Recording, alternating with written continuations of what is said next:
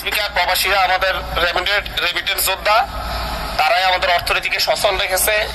কিন্তু আমরা বিভিন্ন নিউজে প্রতিনিয়ত দেখতে পাই প্রবাসীদের নিঃস্ব হওয়ার ঘটনা।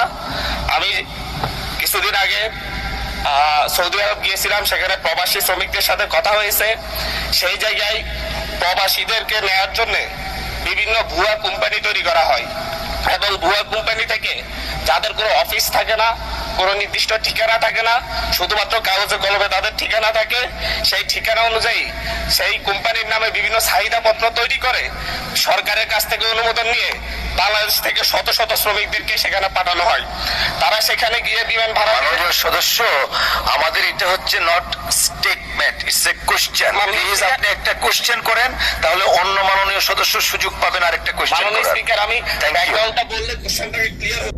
বুঝতে পারছেন তো, এইসব সরকারি দালাল, এইসব মাদার চোতরা মানে প্রবাসীদেরকে নিয়ে কিছু কইলেই উপর তাইকা মানে এগুলা বন্ধ করে দিতে চায়।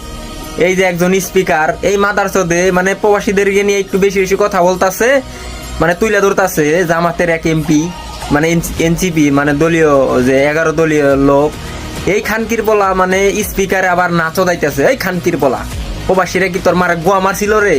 প্রবাসীদেরকে নিয়ে কথা বলতেছে, তুই থামাইতে বলস, অন্য কোশ্চেন করবো আর একজনে। মাদার চোদ, প্রবাসীকে টাইম নাই, সংসদে প্রবাসীদেরকে নিয়ে কথা কইলে টাইম আর পাওয়া যায় না। হ্যাঁ মাদার চোদ, রেমিডেন্স সাউয়াদে ঢুকে দিমু, রেমিডেন্স শটডাউন। খানকির পোলারা, প্রবাসীরা রেমিডেন্স না পাঠাইলে সাউয়া দেয়া রক্ত পড়বো তোমাগো।